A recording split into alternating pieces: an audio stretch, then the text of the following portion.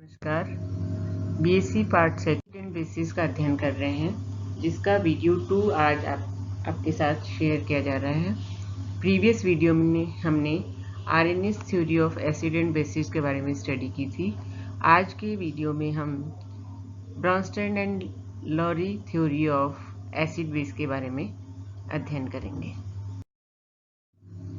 Brønsted Lowry acid base theory 1923 में दो scientist Brønsted and lorry के द्वारा दी गई थी, जिसे हम प्रोटॉनिक कंसेप्ट या protonic theory of acid and base के नाम से भी जानते हैं। Johannes Bronsted and Thomas Lowry revised Arrhenius acid base theory to include this behaviour. They defined acid and base as follow. उन्होंने जो एसिड बेस के बारे में डेफिनेशन दी थी वो कुछ इस प्रकार से थी। N acid is a hydrogen containing species that donate A proton and A base is any substance that accepts A proton. अर्थात जो हाइड्रोजन डोनर होता है किसी भी रिएक्शन में या प्रोटॉन डोनर होता है, उसे हम एसिड के रूप में कंसीडर करते हैं, और जो प्रोटॉन एक्सेप्टर होता है उसे हम बेस के रूप में जानते हैं। तो this is basically proton donor acceptor theory, इसलिए इसको हम प्रोटॉनिक कंसेप्ट के नाम से भी जानते हैं। For this in this example, when HCl reacts with H2O, finally we get chloride ion and H3O ion. Here we can see HCl gives proton and converts into Cl ion, so it is HCl is acid in this reaction. H2O gets proton from HCl and converts into H3O positive या hydronium ion, so it is treats as base in this reaction. So in the above example, what is a Bronsted acid and what is Bronsted base? So here we can see HCl is Bronsted acid and H2O is Bronsted base.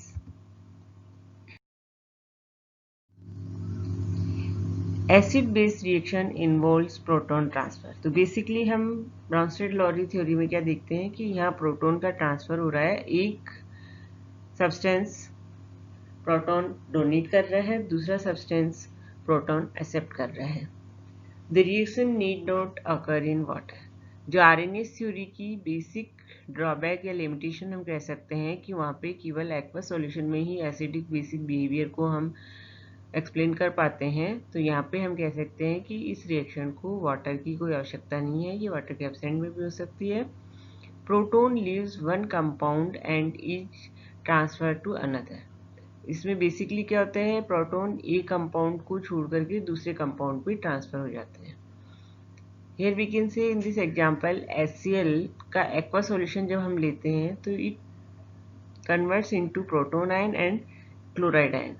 Here we can say HCl donates HN या HN removes from HCl molecule, so HCl is as Bronsted acid.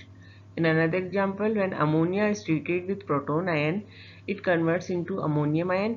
Here ammonia gets one proton and converted into ammonium ion, so it is a Bronsted base. Another example, we can see ammonia plus water when reacts, it gives ammonium plus hydroxide ion. Ammonia gets one proton and converts into ammonium ion, so it is known as base. Water molecule gives proton, donates proton and convert into hydroxyl ion, so it is known as acid in this reaction. When ammonia, इसको हम diagrammatically भी show कर सकते हैं। Ammonia यहाँ पर base है जो कि वाटर मॉलिक्यूल से प्रोटॉन को एक्सेप्ट करता है और अमोनियम आयन में कन्वर्ट होता है। वाटर मॉलिक्यूल ने प्रोटॉन डोनेट किया है, इसलिए यहाँ पर बेस की तरह बिहेव करेगा। इसी तरह से हम HCl प्लस H2O का एग्जाम्पल यदि लें, वाटर और हाइड्रोक्लोरिक एसिड, तो यहाँ पर हम क्या देख रहे हैं, प्रोडक्ट हमें मिल रहा है H3O positive, hydronium ion and chloride ion. That means HCl is donating one proton, so it is known as acid in this reaction, and water molecule accepts a proton and converted into hydronium ion, so it is known as base in this reaction. So in brief we can summarize that which substance donate proton is known as acid, and which substance accepts proton during the reaction is known as base. These are some examples of Bronsted-Lowry acids and bases. There are three types of acid or three types of bases: molecular acid या molecular base, cationic acid, cationic base या anionic acid and anionic base. These are the example. Molecular acids are hydrochloric acid, HBr, HClO4, sulfuric acid, phosphoric acid, water, etc. Molecular bases are ammonia, N2H4, amines, water, etc. So here we can say water is acts as base and acts as acid also. Cationic acid and bases are these. Cationic acids are NH4 plus ion and these ions. इसी तरह से cationic bases are these. ये cation है लेकिन base की तरह treat करते हैं. Here are some another examples for anionic acids and these are the anionic bases. So we can say there are three types of acids and bases on the basis of Bronsted-Lowry theory. Next term आता है conjugate acid base pairs. तो what are the conjugate acid base pair? We can explain this concept by this equation. Here we can see an equation Ha, one substance when reacts with another substance B, it converts into A plus Hb. A is the conjugate base of Ha. That means how we can define it? Conjugate base is a species that remains when one proton has been removed from the acid. In any reaction when the acid removes one proton from it, तो जो product के रूप में हमें substance मिलता है proton हटने के बाद में, वो उस एसिड का कॉन्जुगेट बेस कहलाता है. इसी तरह से सेकेंड सब्सटेंस है इसमें बी, जो आफ्टर रिएक्शन प्रोडक्ट के रूप में हमें मिल रहा है Hb. तो यहाँ पर B ने एक प्रोटॉन एक्सेप्ट कर लिया है. B यहाँ पर बेस है और Hb is conjugate acid of base. Base का काउंटर पार्ट जो होगा वो उसका कॉन्जुगेट एसिड कहलाएगा. And in as a definition we can say conjugate acid results from the addition of proton to a base. जब proton पे base पे कोई प्रोटॉन ऐड कर दिया जाता है तो जो सब्सटेंस बनता है वो उस बेस का कॉन्जुगेट एसिड कहलाता है. अर्थात एसिड कॉन्जुगेट बेस में कन्वर्ट हो जाएगा after the reaction and base conjugate acid में कन्वर्ट हो जाएगा. मोर simply Ha converts into A negative plus H positive. Ha is conjugate acid and A is the conjugate base. ये Ha मान लीजिए कोई एसिड है जिससे H आयन निकल गया, तो यहाँ पे प्रोडक्ट हमें A नेगेटिव आयन मिलता है. A negative ion is the conjugate base of Ha. इसी तरह से कार्बोनिक एसिड का यदि हम एग्जांपल लेते हैं H2CO3, it converted into HCO3 negative and H positive. तो H2CO3 यहाँ पर कॉन्जुगेट एसिड है और जब इससे एक प्रोटॉन निकलने के बाद में जो भी आयन हमें मिलता है दैट इज HCO3 नेगेटिव, ये इसका कॉन्जुगेट बेस कहलाएगा. तो when an proton is removed from N acid, the substance which we got is known as conjugate base. And when a proton is added to a base, the substance which we find is known as conjugated acid. So we can say this is conjugate acid base pair. Formulas differ by only one hydrogen ion. Conjugate acid base जो pair होता है उसमें केवल एक proton ion का difference होता है. The acid on one side becomes the base on the other side and vice versa. हम कह सकते हैं जो एसिड होता है वो दूसरी तरफ बेस में कन्वर्ट हो जाता है, जो बेस होता है वो प्रोडक्ट में एसिड में कन्वर्ट हो जाता है. In this reaction when HCl reacts with H2O we get hydronium ion plus chloride ion. HCl is here acid और जब इससे हम एक प्रोटॉन निकाल देंगे तो हमें मिलेगा क्लोराइड आयन, तो ये इसका हो गया कॉन्जुगेट बेस. इसी तरह से H2O is base here and when this gets one proton and converted into H3O positive, and H3O positive is conjugate acid of water molecule. एक कंसेप्ट यहाँ पे ये भी आता है, strong acid will have a weak conjugate base and strong base will have a weak conjugate acid. यदि acid strong है तो उसका जो कॉन्जुगेट बेस होगा वो वीक होगा, और यदि एसिड वीक है तो उससे मिलने वाला कॉन्जुगेट बेस स्ट्रॉन्ग होगा। This is relative strength of conjugate acid base pair. ये यहाँ पर एसिड्स कुछ एग्जाम्पल हैं।